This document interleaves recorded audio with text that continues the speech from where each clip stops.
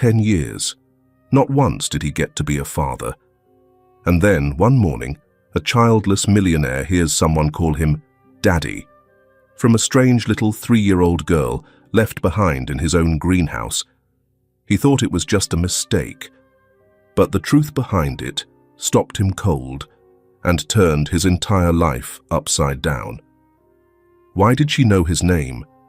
Why did she call him Daddy, with such trust in her eyes? "Who's in there?" Lucas Hale frowned and stopped in his tracks as he passed the west greenhouse. At this hour, everything on the farm was supposed to be still, orderly, precise, just like every other morning. He always locked the greenhouse doors before sunset. That was a routine he hadn't broken once in the 10 quiet years he'd lived in these hills. But this morning, a faint light was slipping out from the cracked door. Lucas slowed down, eyes narrowing at a faint smear of mud on the wooden step. A footprint, smaller than his palm, led inward. Not a dog, not a cat, not one of the gardeners. He hadn't hired anyone in over 3 months. There was no sound, no glass breaking, no animals rustling, just the thick, damp scent of green grapes mixed with heavy fertilizer. Lucas slipped his hand into his pocket, his fingers tightening around the folding knife he always carried. He opened the door, stepping inside like a man walking into the unknown. And there, at the far end of the greenhouse, under the vine trellis with no fruit yet, was a tiny figure, curled up, back against a pot of soil, head bowed. Lucas froze. A child. There was no reasonable explanation for this. He crouched, moving slowly, trying not to frighten her. Her brown hair was tangled, her face streaked with dirt, and her eyes puffy from crying. In her hands, she clutched a crumpled piece of paper so tightly her knuckles had turned pale. She couldn't have been more than 3, thin, dressed in worn clothes. But it wasn't her appearance that shook Lucas. It was her gaze. When she looked at him, there was no panic, no flinching, only silence. A stillness far too grown up for her age. She was waiting. As if she had been waiting for him. Lucas didn't speak right away. He took a breath, lowered himself slowly to the floor, keeping his distance, palms open to show he meant no harm. "What's your name? Why are you here?" His voice was low, gentle, like speaking to a wounded animal. She didn't answer, but she didn't look away. Lucas noticed that the paper she clutched was the only thing anchoring her to this world. He reached out, not to touch her, but to open his hand in invitation, quiet, steady. She didn't pull back. After a few seconds, her little hand relaxed, and the note passed to him, folded in thirds, its edges torn, the handwriting shaky. "Her name is Lily. Please take care of her. She is your daughter." Lucas finished reading and stood frozen. A name could be a coincidence, but not Lily. Not that name. 15 years ago, he and Elena had chosen that very name for the child they never had. A dream left unfinished. A fracture that never healed. Elena, the only woman who had ever made him imagine a family. Elena, who had vanished from his life without a single explanation. And now, a little girl named Lily was sitting in his greenhouse, holding a piece of paper like it granted her the right to be there.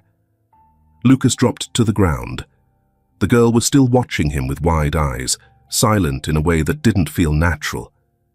He didn't know what to believe anymore, but one thing was certain: he couldn't leave her here alone. He picked her up. Her body was feather-light, as frail as a winter branch. She didn't resist, just rested her face gently on his shoulder. One of his shoes caught the edge of the wooden step as he stepped out of the greenhouse. Lucas laid her down on the bench outside the porch and went back into the house to get a warm towel and a glass of water. The gas stove clicked quietly in the background. He didn't have formula in the house, but there was a carton of plant-based milk left over from a visiting vegan guest. He made a cup and returned. She was still sitting right where he left her, legs dangling, eyes tracking his every move. Lucas handed her the cup. She took it, held it tightly in both hands, took a sip, then another. Lucas sat down beside her. He didn't say anything. He just sat there, so she would know she wasn't alone. "Do you know who I am?" he asked softly. This time, she paused, then gave a small nod. "Daddy," she said. So light, it was like a breeze.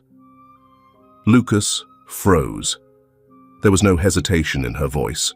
She hadn't called him Sir or Mr. or any other vague term.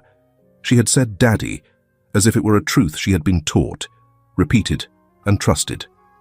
A thin crack inside his mind split open. This girl, she hadn't come here by chance. She knew who he was, or had been taught to believe it. And if that were true, if Elena really was her mother, then this wasn't an accident. This was a mission. Lucas carried her into the house. She didn't protest. When he opened the living room door and placed her on the grey velvet sofa, she clung softly to his arm, like someone drowning who had just found something solid to hold on to. He covered her with a blanket, turned on the lamp beside her. Tonight, Evelyn would return, and his world would no longer have room for silence. Lucas walked into his study, placed the paper on the desk, stared at it like it was a ticking bomb. He didn't know what was coming next, but he knew one thing for certain. Lily's arrival would change everything. Lucas closed the door to his study and gently slid the latch with one hand. The room was tucked away at the back of the house, nestled between two soundproof walls. Evelyn, his current wife, often joked that he hid his finest whiskey in there. But in truth, this was the one corner of the world Lucas kept solely for himself. A large oak desk, ceiling-high bookshelves, and a warm amber glow from an antique desk lamp. Everything reflected the nature of a quiet man, orderly and composed, someone who never quite knew how to face his emotions. He sat down, opened the second drawer on the right, and pulled out a small wooden box. He laid a wrinkled piece of paper on the desk. He had found it earlier that evening while helping Lily change into her pajamas, stitched haphazardly into the inner lining of her slip, as if her mother had tried to hide it from someone, but still held out hope that the right person would find it. The paper was thin, the edges frayed, but the handwriting inside remained legible, slightly slanted, soft, written in black ink, now starting to fade. Lucas recognized it after just the first 3 words. Eleanor. He leaned back in his chair. It felt like someone had grabbed him by the collar and yanked him straight into the past. 15 years ago, in Boston, they had loved each other like people who didn't know where the edge was. He had been a young entrepreneur, just launching a startup in agricultural software. She was a middle school literature teacher. They'd met in a bookstore. She asked him to reach a book from the top shelf and smiled. That smile changed his life. But time wore them down. Class differences, work pressure, and truths neither of them could say aloud drove everything apart. Elena disappeared with only a short letter. No address, no promise to return. Lucas searched for a long time. Then, eventually, he let it go. Or perhaps he simply convinced himself that he had. He unfolded the letter. If you're reading this, it means I've run out of ways to keep her safe on my own. Her name is Lily. She's your daughter, Lucas. I never meant to keep it from you, but I didn't have the strength to shatter your life all over again. I have no one left. My parents have passed. My sister moved far away and won't return my calls. I'm sick, badly. I may not make it through the month. I don't want Lily ending up in the system. She needs someone who understands where she belongs. And there's only one person, you. If you decide to turn her over to the authorities, I won't blame you. But if there's anything left between us, please protect her. Everything I couldn't be, you can still become. Lucas sat there in silence. No tears, no sighs. Just an emptiness, like he had lost a part of himself he hadn't even known he still carried. He read the letter again, and again. Each time, it felt like a different blade slicing through his chest. She still remembered him. She knew she was dying, and still, she chose him. No phone call, no email, no knock at the door. Just a child, a letter, and a trust so quiet, Lucas stood up and walked to the window. The sky outside had gone completely dark. In the distance, the farmhouse lights flickered like fireflies in the night. His mind drifted back to the last time he saw Eleanor. It was a stormy afternoon in Cambridge. She stood under the awning, holding a torn umbrella. She had said, "If one day you have everything, but still feel like something's missing, remember this moment." He hadn't understood her then, but now he did.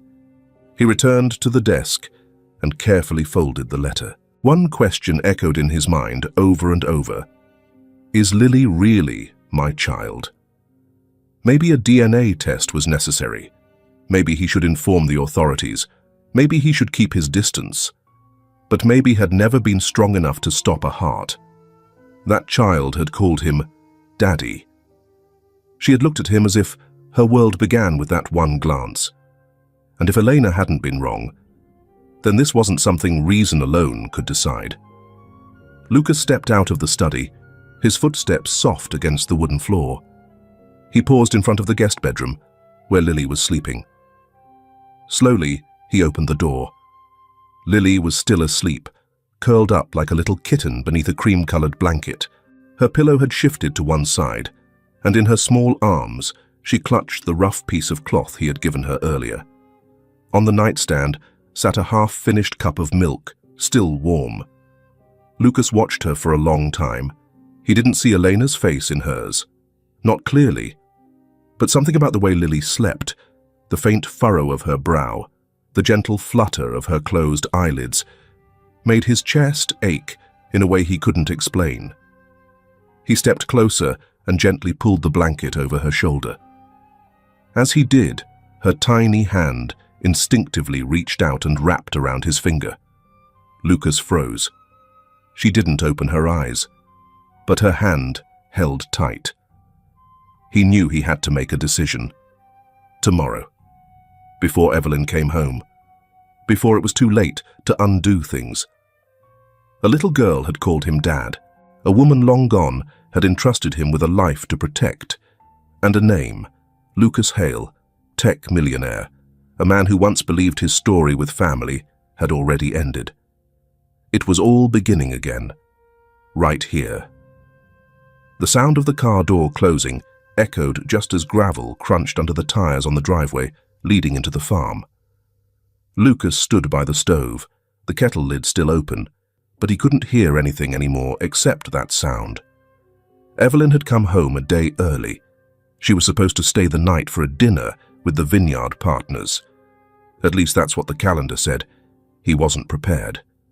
Lily was still asleep in the guest room. Eleanor's letter, now sealed back into its envelope, was tucked away in the second drawer of his writing desk. There was no way to clean up all the evidence in 3 minutes.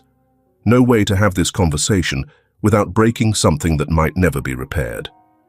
The front door opened. The sharp, confident tapping of heels crossed the hardwood floor. "Lucas," Evelyn's voice called out from the hallway, "my tire blew out. I had to catch a ride back from town in that old pickup." Lucas stood still in the kitchen, one hand bracing the sink. "I'm here," he replied, trying to steady his voice. Evelyn stepped in, taking off her coat and setting her bag on the table. She didn't smile, didn't greet him the way she usually did, just looked around. After a pause, she narrowed her eyes. "Is someone else in the house?" Lucas opened his mouth to respond, but before he could say a word, soft, dragging footsteps echoed down the back hallway. Lily. Still half asleep, clinging to the corner of her blanket, she shuffled into the kitchen. Her eyes weren't fully open yet. The moment she saw Evelyn, she froze, then glanced at Lucas, lips pressed tight. Evelyn stared directly at the child, then turned to Lucas. "Who is she?" Lucas swallowed. "This isn't what you think." Evelyn's brows pulled together. "And what exactly do you think I'm thinking?" "She was abandoned. In the greenhouse," Lucas said, each word carefully chosen. "I found her yesterday." "Abandoned?" Evelyn stepped closer. "On our property?" Lucas nodded faintly. Lily stood between them now, uncertain, confused, but clearly sensing the tension. She moved toward Lucas and grabbed the hem of his shirt. "What's her name?" Evelyn asked. "Who left her here?" Lucas opened his mouth, planning to lie. Something simple, easy to verify, but his throat tightened. He couldn't do it. "Her name is Lily." Evelyn blinked. Her hand slowly loosened its grip on her bag's strap. "Lily?" she repeated. "That name?" Lucas nodded again, more firmly this time. "I didn't choose it. That's the name she already had. What are you saying?" Evelyn's voice tightened. Her hands balled into fists. "Lucas, what are you not telling me?" Lily looked up at her, puzzled. "Daddy," she whispered. "Who's that lady?" Evelyn froze.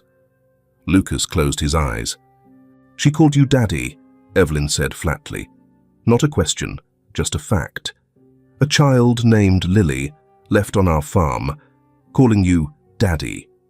She gave a short, bitter laugh, sharp like metal scraping glass. "You have a child."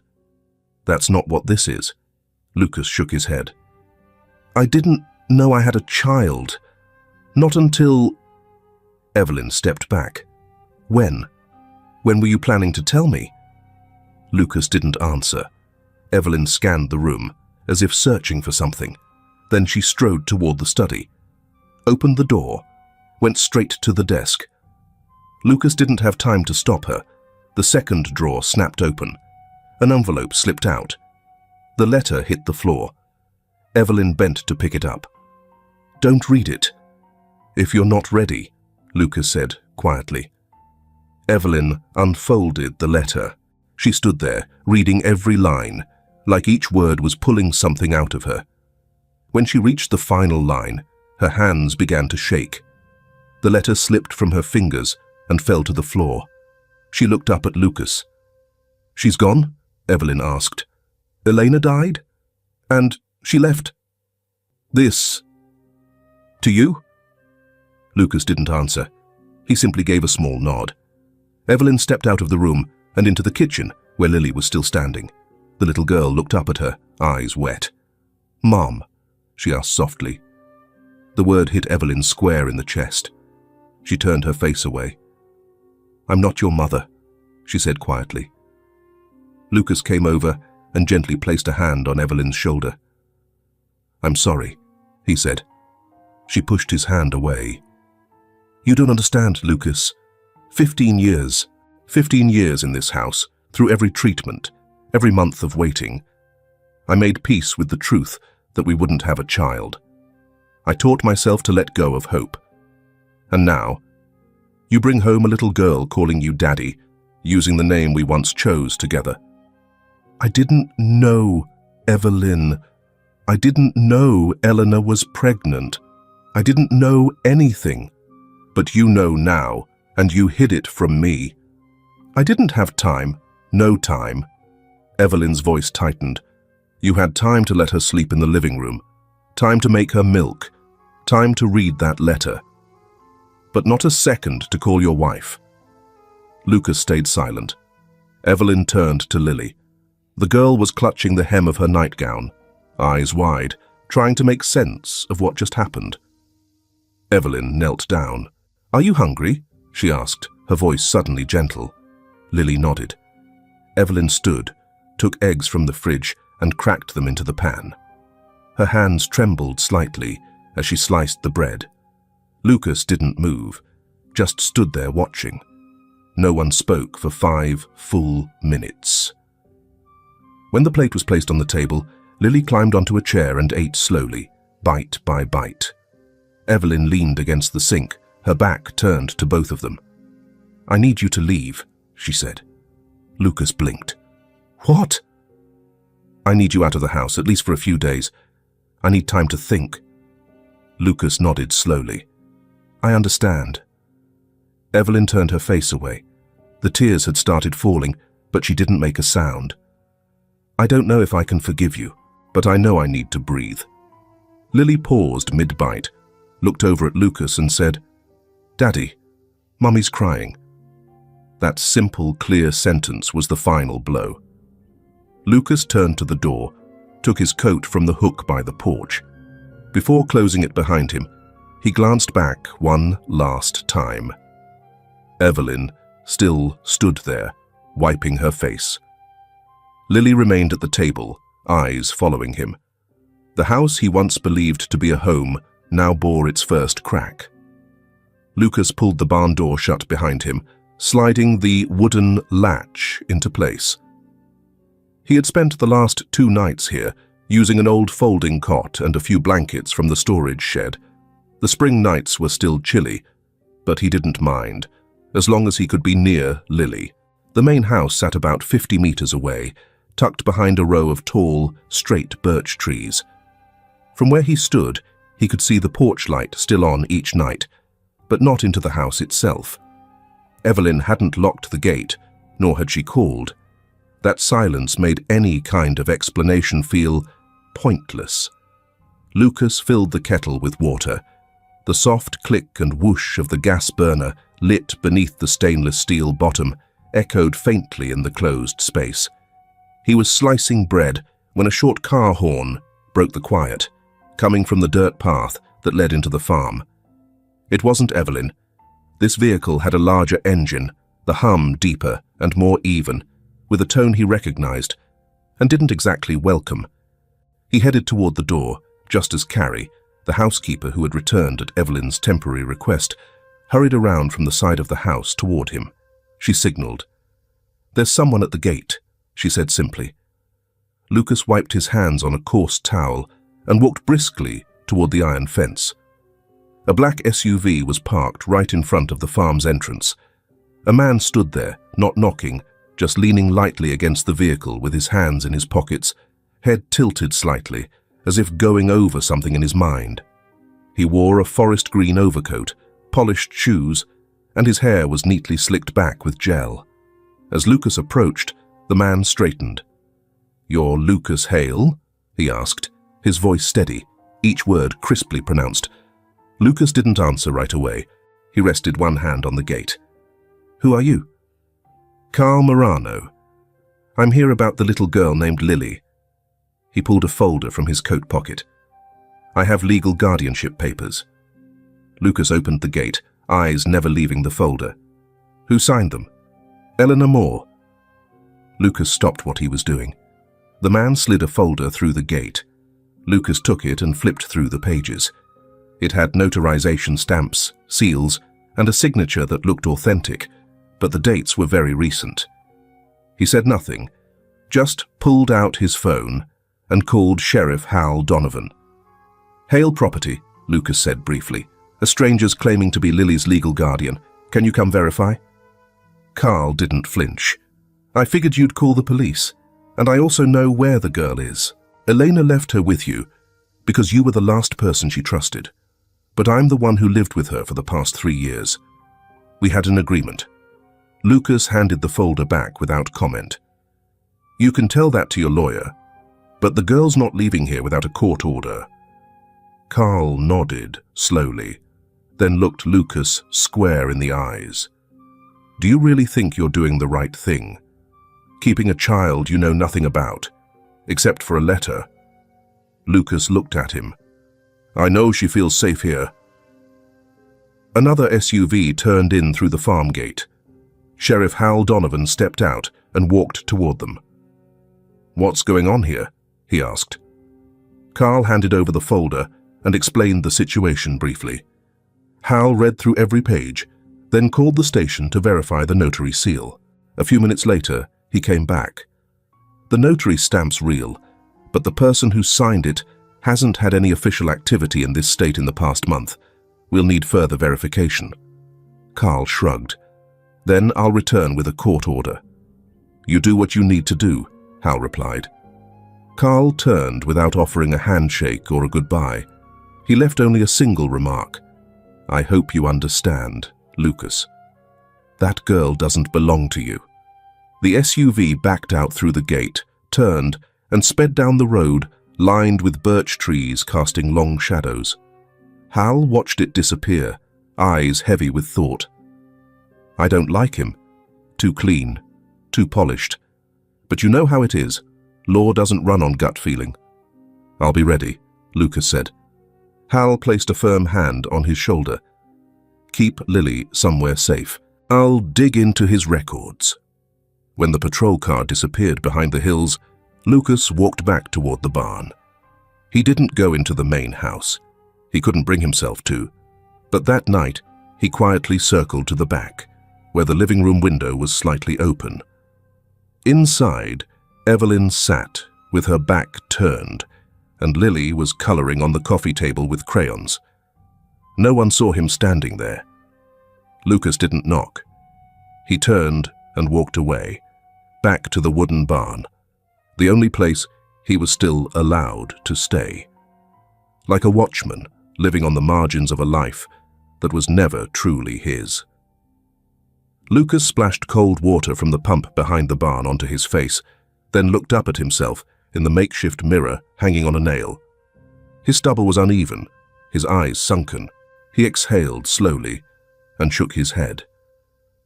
For 2 days now, Evelyn hadn't sent a message, hadn't called, but she hadn't locked the gate either. The door remained open, and yesterday morning, his breakfast had been left on the wooden table by the steps, covered neatly with a glass dome. Not a single word, but enough for Lucas to understand. She hadn't forgiven him, but she wasn't angry enough to cut ties either. Evelyn was a woman of principle. If she had truly wanted him gone, there wouldn't have been even the smallest gesture like that. This silence didn't carry the weight of fury. It carried hesitation. Lucas knew. This was the time to tell everything. Not because he hoped it would fix things, but because he couldn't stand the quiet spaces between them anymore, those unspoken gaps. He slipped on his coat, stepped out of the barn, and walked toward the house. No one stopped him. No one greeted him. The lights were still on inside, as if he had never left. Evelyn stood in the kitchen, her back to him, holding a cup of tea she hadn't touched. She didn't turn when she heard his footsteps. "I thought you knew how to keep your word," she said, not cold, but not soft either. Lucas stood behind her. "I need to be clear about everything, before it's too late." She set the cup down. "And what happens then? I forgive you?" "I'm not asking for that," Lucas replied. "I just don't want you living in silence and guesses." She turned around. The light cast half her face in shadow, but the weariness under her eyes was unmistakable. "Go on." So Lucas told her, nothing left out, about Elena, about the relationship before Evelyn, about the goodbye that never came, and the letter he found sewn into Lily's dress. He didn't justify, he simply told. Evelyn stayed silent. Her eyes searched his face, as if trying to measure what was true, and what might have been smoothed over. After a while, she spoke slowly. "Her name is Lily." Lucas nodded. "Elena chose it, not me. She knew that was the name we had picked." Evelyn let out a small, bitter laugh. "Too clever, or too cruel." Soft footsteps echoed from the stairs. Lily stood there, clutching her stuffed bear, hair tousled, eyes still damp. "Daddy, aren't you sleeping in the house?" she asked. Lucas knelt down, his voice gentle. "Daddy needed to give Mommy some space." Lily looked at Evelyn. "Mommy, you don't like me?" Evelyn froze. The question wasn't angry, wasn't accusing, just the quiet curiosity of a child who didn't understand what was happening. She knelt, trying to form a response, but no words came. She just looked at Lily. Lily reached out and touched her hand gently. I know you didn't give birth to me, but I know you're kind." That was the moment Evelyn broke. Her eyes turned red. A sudden, sharp ache cut through her chest, the kind that comes from something long buried, suddenly rising back to the surface. "Why do you think that?" Evelyn asked, her voice hoarse. "Because you make really yummy milk," Lily said with a small smile. "And you saved the bread for Daddy this morning. I think that's love." Evelyn let out a quiet laugh, then reached out and pulled the little girl into her arms, not out of duty, but because some old, forgotten instinct had just stirred back to life. Lily nestled her head against Evelyn's shoulder, her tiny arms gently wrapping around her. "You're such a sweet girl," Evelyn whispered, feeling something inside her soften, like an old, weather-worn door creaking open for the first time in years. She had never held a child like this before, not in a hospital, not in an ultrasound room, and certainly not at home. For 10 years, she and Lucas had tried. Every method, every prescription, every calendar marked with cycles and fragile hope, only to stare at false positives and endure one empty morning after another. Evelyn once thought she had learned to accept it, but the truth was, she had only learned how to hide the pain. Until this child came along, not from her womb, but from a letter. No shared blood, but eyes that quietly searched for a place to belong. The little girl never tried to call Evelyn Mom. Never asked for anything. She simply observed, stayed quiet, and was grateful for every small kindness, like a piece of toast or a warm blanket. "I think you looked the prettiest when you made soup yesterday morning," Lily murmured, her eyes still closed. "You were singing and smiling." Evelyn hugged her tighter to her chest. A single tear slid down her cheek, not from sorrow, but because for the first time in years, she truly felt like a mother. Lucas stood nearby. He didn't interrupt. He simply watched. There was something in this moment, something that made him afraid to even breathe too loudly. Then, Lily lifted her head. "What if someone tries to take me away?" Evelyn looked at her and said firmly, "No one's going to take you. I'll keep you safe." Just then, the doorbell rang, sharp, deliberate. Lucas turned and walked to the front door. Sheriff Hal Donovan stood on the porch, hands in his coat pockets. "Something wrong?" Lucas asked. Hal frowned. 3 men, armed, came into town this afternoon. One of them might be Carl. They were asking for directions to the farm. Lucas gripped the doorframe. "You sure?" "I've got eyes on them, but if they move tonight, we may not get there in time. Just make sure you stay inside, and don't leave the girl alone." Lucas nodded. "I understand." When he returned inside, Evelyn was sitting on the sofa with Lily. She was braiding the girl's hair, clumsily, but with a gentle focus in her eyes. Lily was eating a cookie and telling a jumbled story about her stuffed cat named Henry. Lucas said nothing. He sat down beside them. Evelyn looked up. "Is something happening?" "Someone's coming back," he replied. "Might be Carl. We don't know if he's alone." Evelyn didn't ask any more questions. She just pulled Lily closer to her chest, as if she'd always known this wasn't going to end easily. Outside, the wind was picking up. Dark clouds gathered. The porch light flickered on with a dull yellow glow. For the first time since all this began, the 3 of them weren't scattered in different directions. They sat side by side on the same couch, like a family, quietly bracing for the storm ahead. The next morning, as Lucas stood by the stove, pouring coffee into a chipped ceramic mug, a soft rustling sound came from the front door. He turned his head. A thick envelope had just been slid through the mail slot. No return address. On the back was the seal of the local courthouse. Lucas bent down to pick it up and tore open the edge. Inside was a stack of documents, each line printed clearly. A summons, a formal petition requesting temporary custody of Lily Moore, accompanied by what was claimed to be Elena's final wishes, explicitly naming Carl Morano as the designated guardian. Lucas said nothing. The coffee cup froze in mid-air, then was quietly set down on the wooden table. Evelyn stepped forward and took the file. Her eyes moved slowly through the pages, and with each paragraph, her face grew more solemn. "He didn't wait long," she said softly. Lucas gave a small nod, his gaze still fixed on the window. "Carl knows I haven't finished the legal paperwork yet. So," he cut ahead. Evelyn was silent for a few seconds, then turned toward Lucas. "Then let's go." No further explanation was needed. The decision had been made the night before, when she gently tucked Lily into bed, and, for the first time, called her my daughter. The glass door of the small hearing room swung open.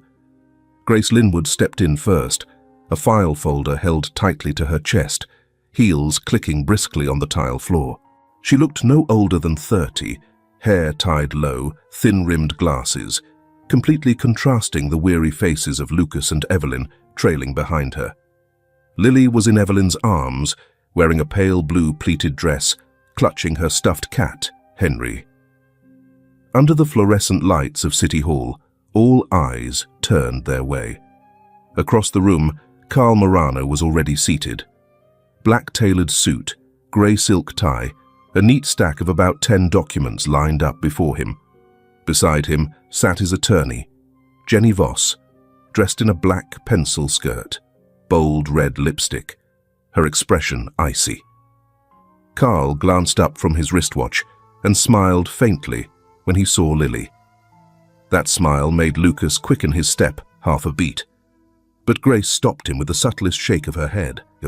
Judge Marie Colton entered last, short silver hair, charcoal grey blazer, and a thick notebook tucked under one arm. She pulled out her chair and sat without banging the gavel. This was just an emergency review, but everyone in the room knew the outcome would shape the rest of the battle. "Let's get to it," Marie said, her voice raspy from years of smoking. "The petitioner, Carl Morano, has filed for temporary custody of Lily Moore, based on a signed authorization allegedly left by the deceased mother. The respondent, Lucas Hale, contests the petition, claiming biological ties to the child.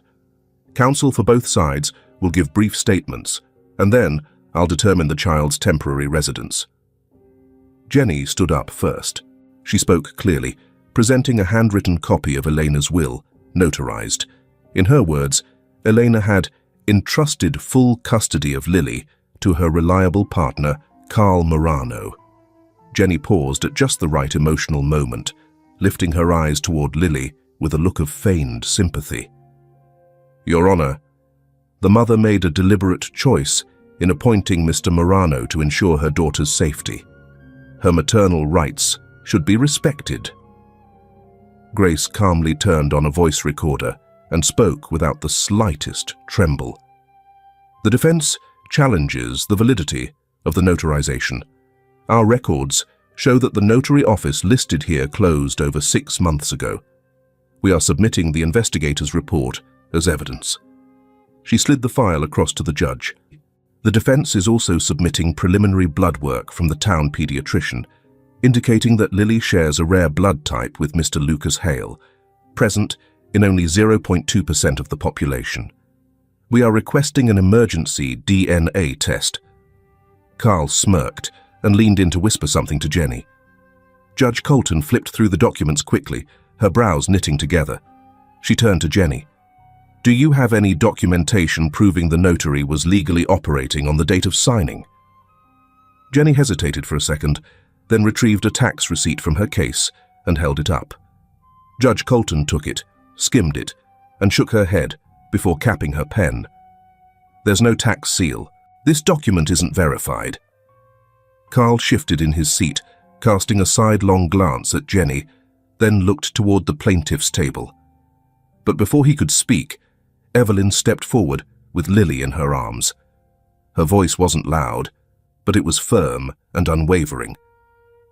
"Your Honor, I am the legal wife of Mr. Lucas Hale. For the past 3 days, I have personally cared for Lily, bathed her, fed her, taken her to the doctor, and slept beside her because she couldn't sleep alone. I don't know yet if I'm ready to forgive my husband for the secrets he kept. But one thing I do know, no one has the right to take this child away in the middle of the night based on forged paperwork and unverified claims." Carl leaned onto the table, his forehead creasing. His tone hardened. "You didn't sign any guardianship documents. You have no legal standing to testify." Evelyn turned and looked him square in the eye. "I have enough standing as an adult protecting a frightened child. This little girl doesn't even know who you are. But she calls me Mom."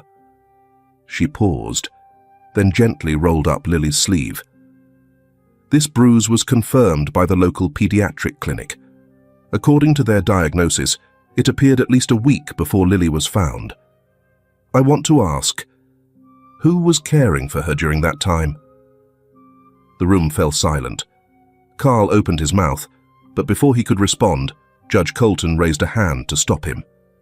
"That's enough," she said, her tone firm. She turned to her clerk and jotted down a few concise lines in the case file. "The court issues the following temporary ruling. Lily Moore will remain in the care of Mr. and Mrs. Hale for the next 14 days, under the supervision of County Child Protective Services. During this time, both parties must submit complete documentation verifying biological ties, legally notarized paperwork, and police investigation reports regarding the child's prior living conditions." Colton looked up, her gaze moving slowly between the two sides. She spoke deliberately. "I want to call special attention to this detail. According to the initial statement, Lily was found alone in Mr. Hale's greenhouse. No guardian, no phone number, no contact information left behind. If a legal guardian truly existed, why was this child abandoned in the night, with nothing but a handwritten note and a flimsy dress during cold weather?" Her eyes settled pointedly on Carl. "I will be looking very closely at this in the official hearing 2 weeks from now. For now, please sign the report." Evelyn looked at Lucas. He gave a slight nod. Together, they stepped forward to sign. Lily whispered softly in Evelyn's ear, "Mum, I don't want to go with that man." Evelyn leaned in and gently squeezed her daughter's hand. "I don't want you to go anywhere either, and I won't let that happen." Jenny protested, but Judge Colton had already risen. The session was adjourned. Lucas let out a quiet breath.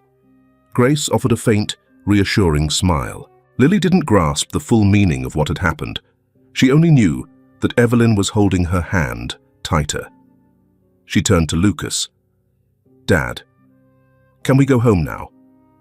Evelyn bent down and kissed Lily's hair. "Yes, sweetheart. Let's go home." As Grace handled the paperwork, Lucas lifted his head and locked eyes with Carl. No words were exchanged, but Lucas knew this next round wouldn't be about signatures or seals. Outside the hearing room, the early wind rustled the flags along the municipal corridor. Evelyn walked beside her husband, not trailing behind as she once had.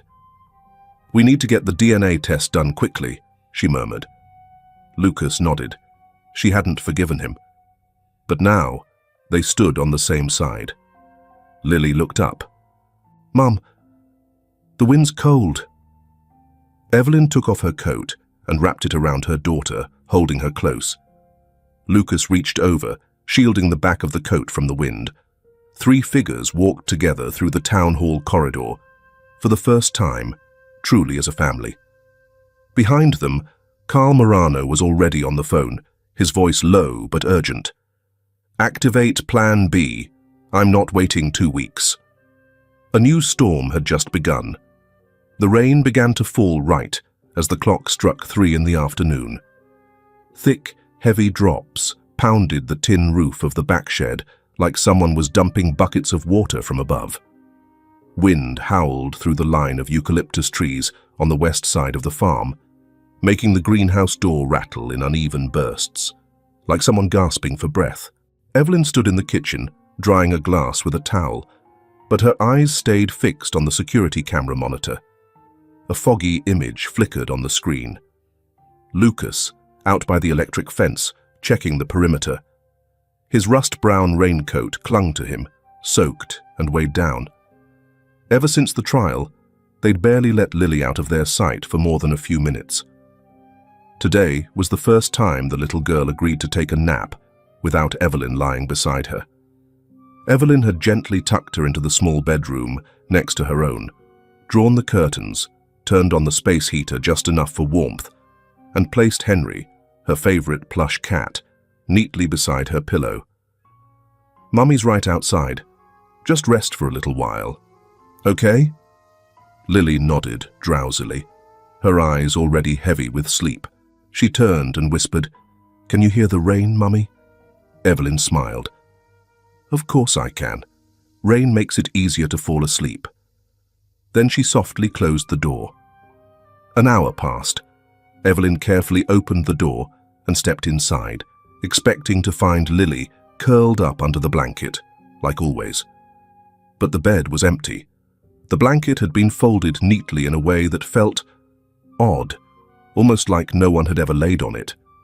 The pillow was untouched, and Henry, the plush cat Lily always held tightly, was on the floor, face down, his ears crumpled like he'd been tossed in a hurry. A chill ran down Evelyn's spine. She spun around and called out loudly, "Lily?" No answer. She raced down the stairs, scanned the living room, threw open the bathroom door, the storage closet. Nothing. Everything was in place. Even Lily's tiny slippers were still right by her bedroom door, undisturbed. No sign that she'd walked out on her own. Evelyn dashed into the hallway, flung open the back door, and stepped barefoot onto the cold, wet concrete. The wind slapped against her face, tossing her hair in all directions. In the distance, Lucas was still inspecting the final stretch of the fence. Evelyn screamed through the rain, "Lucas! Lily's gone!" He looked up. Just 1 second, and then he bolted toward the front door, the rain slashing across his face. Evelyn, breathless, shouted, "I checked everything. No footsteps, no open doors, but she's not in the house." Lucas froze for a moment, then charged up the stairs. A door slammed open. The sound of footsteps came pounding back down. "She's really gone," he gasped. "Lily's not here." Evelyn's hands trembled as she held the phone. "Call Grace. Call the sheriff. Call everyone. He might come back. Carl might not be finished." Outside, the rain kept falling, sudden and relentless, and inside what used to be their last safe place, a small, aching void had just opened, enough for both adults to realize. This time, the line had been crossed. Evelyn slammed the door shut and ran down the hallway. "Lucas!" she yelled. "She's not in her room!" Without waiting for reply, she rushed to the back of the house. The barn was unlocked, the back door wide open. A rusted padlock lay on the ground, latch snapped. Fresh mud smeared the doorstep. Evelyn grabbed her head with both hands, repeating, "No, no, no, no." Lucas came charging in from the southern fence line, gloves still caked with soil. One look at Evelyn's face, and he didn't need to ask. They both turned and ran back through the house, checking every room, every storage nook, calling Lily's name again and again. No answer. Lucas grabbed his phone and called Sheriff Hal Donovan on the spot. On the other end, there was the sound of a chair scraping, a pen hitting the floor. "Stay on the line. I'm on my way. Don't touch anything." The police arrived within 12 minutes. Hal was in a long coat, flanked by 3 officers and a tracking dog. They fanned out into the woods behind the farm, where an old trail led to a narrow highway cutting through the pine grove. Lucas led the way. His heart pounded. A gust of wind whipped past, carrying the scent of wet earth and moss. He looked down. Something glinted on the trail. He crouched. A yellow bow-shaped hair clip. Lily's. The one she always wore behind her right ear. He didn't shout, just clenched it in his hand and handed it to Hal. "This way." Hal nodded. The dog whined softly, then pulled tight on the leash, nose to the ground. Their boots thudded hard against the narrowing trail. 15 minutes in, they reached a small clearing near the edge of the forest. A compact truck, its license plate worn and faded, sat abandoned among the trees. The back doors were flung open. Inside, nothing. But the rope marks were fresh. The bindings had been cut. The rope was still clean. And the fabric smelled of sweat. Hal shook his head and murmured, "Someone was just here. Not long ago. They've only just left." Footprints led south, then vanished into a swampy stretch of woods. Border Patrol had been alerted. Drones were already being dispatched. But Hal shook his head. Too late. Evelyn collapsed to her knees, clawing at the damp, rotting leaves like she could pull Lily out of the ground. "I can't lose her. Not again!" The words tore from her throat between thunder and tears. Lucas stood behind her, placing a hand on her shoulder, but she shook it off, sobbing uncontrollably. The sky darkened fast. Flashlights swept across the thick tree trunks. Officers collected soil samples, photographed the truck, sealed off the site. But no further trace was found. Lily was gone. Back at the house, Lucas opened the security footage. One frame froze him. A blurry figure, wearing a baseball cap, about 6 feet tall, stood outside the barn at 2:12 p.m. The face wasn't clear, but the movements were unmistakable. Left hand behind the back, a slight limp in the right leg. Lucas knew that walk. Evelyn stepped behind him, watching the screen. Neither of them spoke, only the rain, falling steady. On the computer screen in the Rosedale Police Department's tech room, a blurry image from a traffic camera had been zoomed in to its limit. An old pickup truck, its rear panel bearing a faded logo from the shipping company Greenfield Logistics, was turning onto a dirt road that led toward the hills.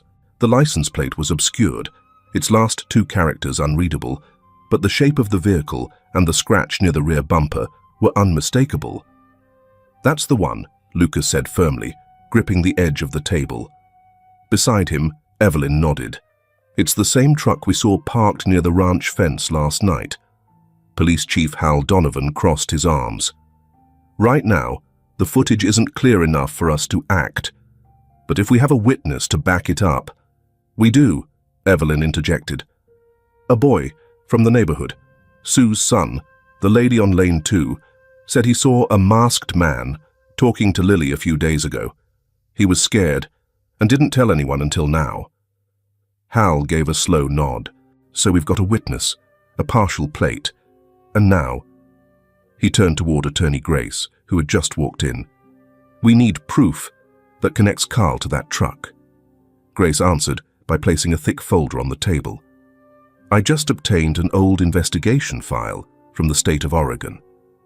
Carl Morano was once a temporary employee at a group called the Safe Home Initiative, an organization previously accused of being a front for caring for minors through illegal means."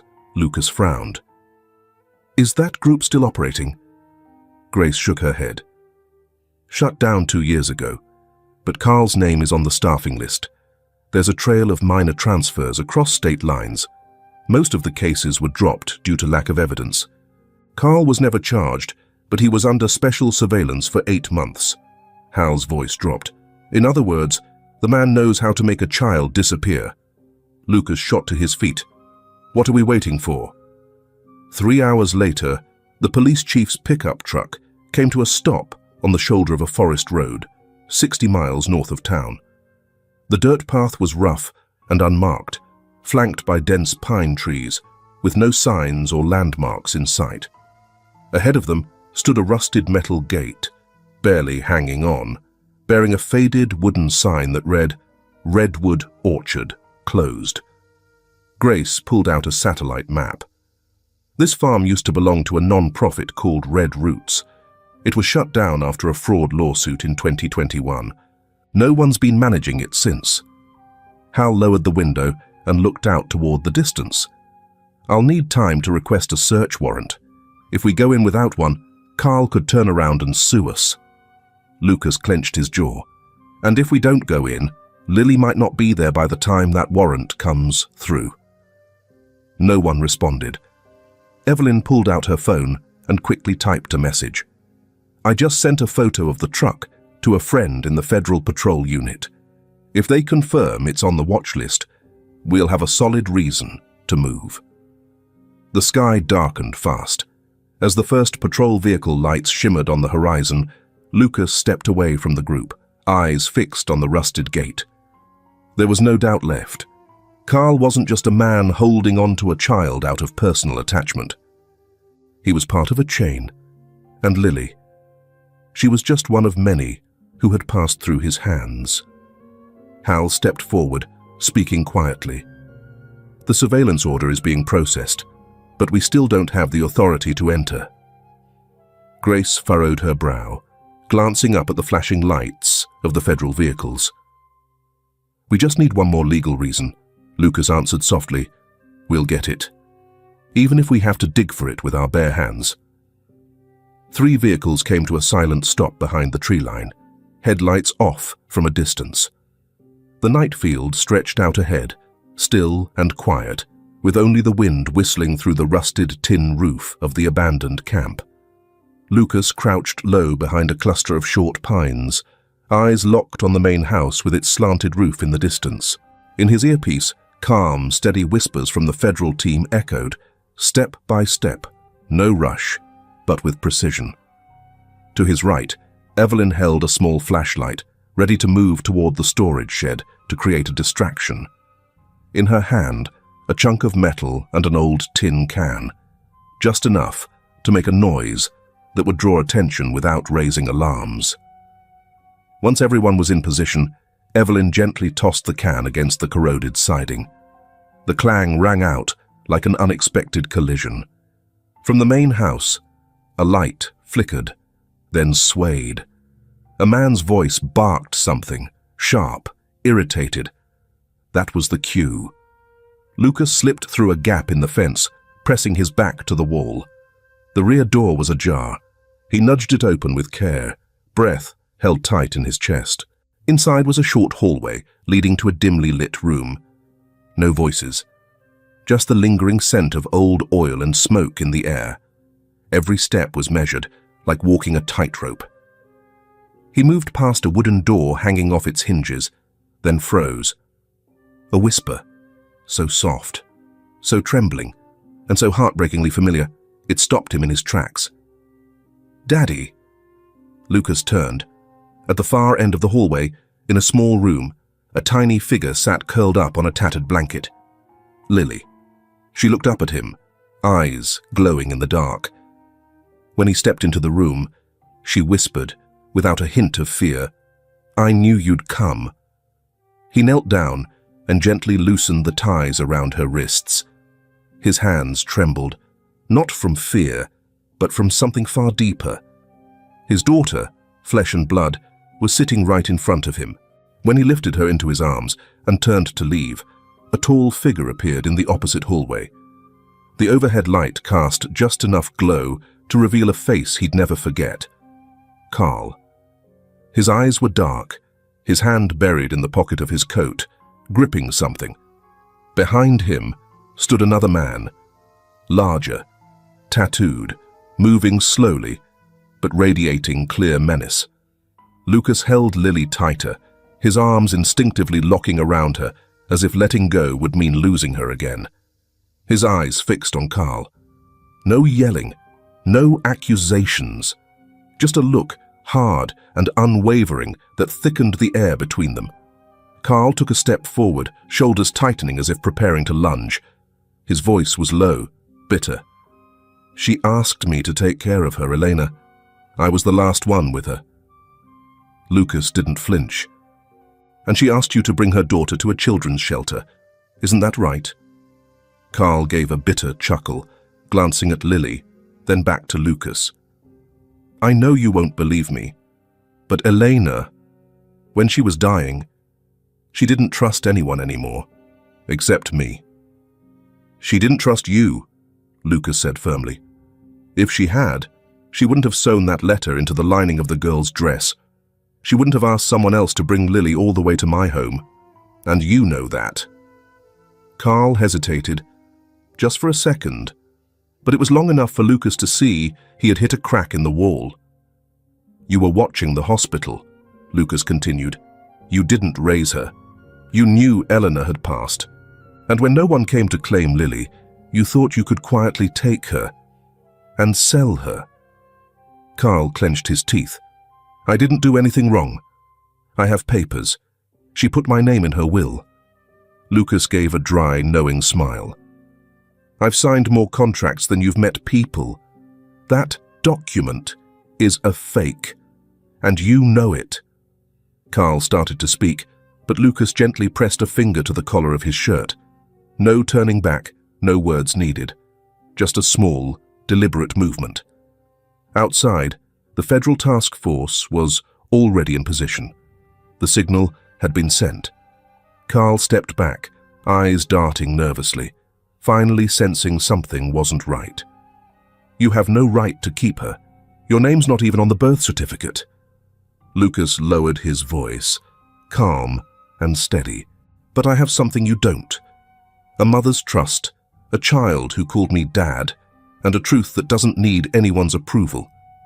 He looked down at Lily in his arms. "She chose me, and this time, no one's taking her away." Outside, the sound of tires crunching against the dirt echoed through the night. Heavy footsteps began to move in. Carl realized it far too late. Lucas pulled Lily closer and darted through the side exit. As he stepped off the porch, he saw Evelyn standing by the car, waiting. She rushed forward, arms wide open to receive them. Lucas set Lily down, and the little girl ran straight into Evelyn's embrace. Evelyn held her tightly, then looked up at Lucas. In that moment, no words were needed. They had found each other again, on a night that had almost ended in loss. 3 weeks after the kidnapping, a sealed envelope from the Oregon State Lab sat neatly on the kitchen counter in Lucas's home. The embossed green logo stood out, and the recipient's name was printed in bold: Lucas J. Hale. He held the envelope in his hand, his thumb tracing the edge of the paper, as if by holding it long enough, the truth inside might somehow soften. Evelyn sat across from him, her hands wrapped around a cup of cold coffee. On a small chair near the fireplace, Lily clutched a grey, stuffed bear, the light still flickering in her eyes, like a child just waking from a long nightmare. Lucas opened the envelope. Inside was a brief lab report, clinical in tone, but unmistakably clear. Result: 99.99% match. Mr. Lucas Hale is the biological father of minor Lily E. He said nothing, just placed the paper on the table and looked over at Evelyn. She gave a small nod and stood up. When she returned, she was holding another folder, legal adoption papers Grace Linwood had prepared days earlier. The town hall in their temporary community held a private civil hearing. No reporters, no public audience. Only Judge Marie Colton, who had been following the case from the beginning. She looked at Lily and asked gently, almost in a whisper, "Are you ready to take a new last name?" Lily nodded, voice soft as a breeze. "Yes, Ma'am." The judge smiled. "From this day on, you are Lily Morrison. That name belongs to your father, and it's also a new beginning." That afternoon, the three of them left the courthouse in silence.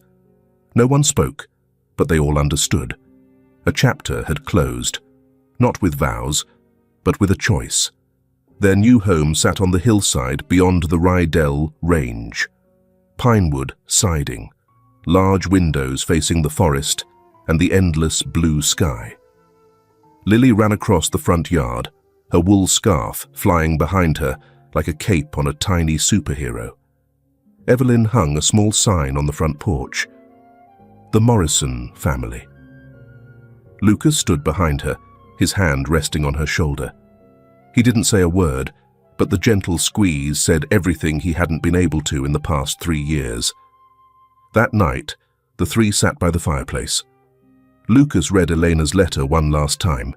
He didn't cry, just folded it carefully, placed it in a wooden box, locked it, and carried it up to the attic. "That was the old chapter," he said to Evelyn, "and tomorrow we begin the new one." Lily had gone to bed early. By the time Lucas came to check on her, she was already asleep, her head resting on the bear, murmuring, "Daddy, can we go get a Christmas tree tomorrow?" He whispered back, "Of course we can." Outside, soft snow had begun to fall. Inside the little house, the fire crackled steadily in the hearth. Evelyn turned to Lucas and said quietly, "I never thought I'd love someone who calls you Dad. But I love that girl, not because she's yours, but because she's Lily." Lucas nodded. "And because she chose to stay with us." They didn't make promises about tomorrow. They only knew that today, with a new name, a new family, and wounds stitched together by trust and love, was enough to begin again.